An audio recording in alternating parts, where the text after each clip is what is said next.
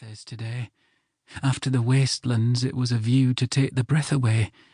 Golden stone raised higher than the walls of Collegium or of any ant city-state, and with statues piled on that. Architecturally bewildering, but given the people that live here, I suppose it's not surprising.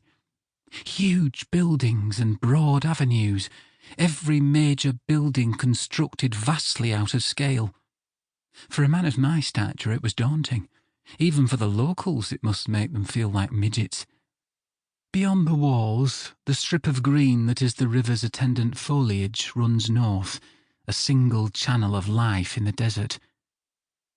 Everyone apparently pleased to see us, especially pleased to see Petri.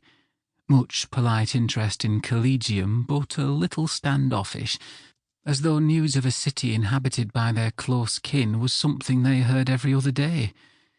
Evening of the first day, and we seemed to have been absorbed, found a place, and now genteelly ignored, as if the life of Canafes moves around us like a sedate and well-oiled machine.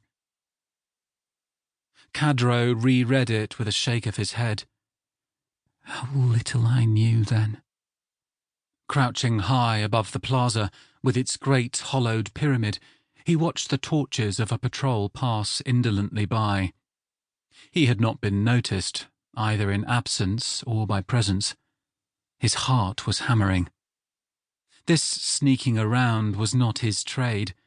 The deftness of the Flykinden, his birthright, had mouldered for a good long while before being given an airing now.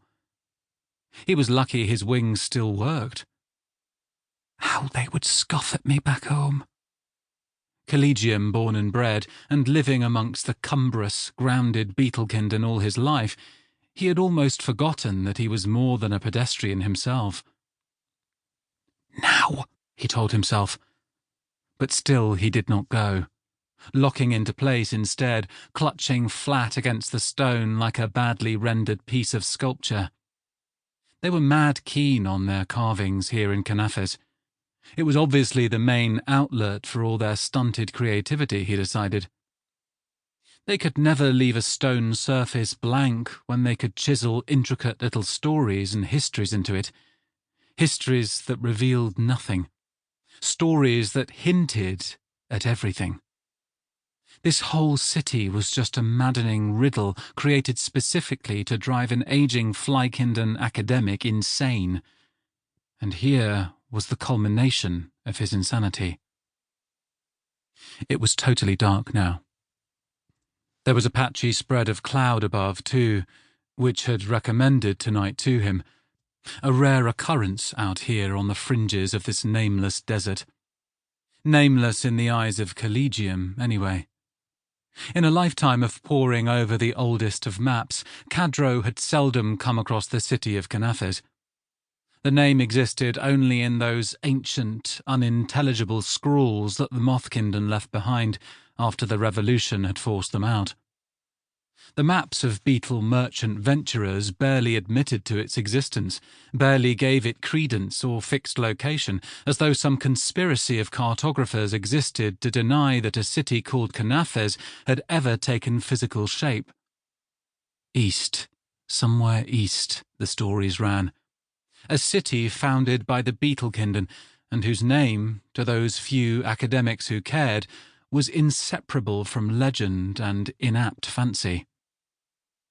And here he was, looking over this city, this great river Jemail, with its acres of marshy delta and the desert that the locals called the Nem, all nothing but names to the academics of Collegium. Until now. It was the war, he knew, that had opened up so much more of the wider world to the lowlands. Suddenly there had been a lot of new faces seen in the city, in the college even.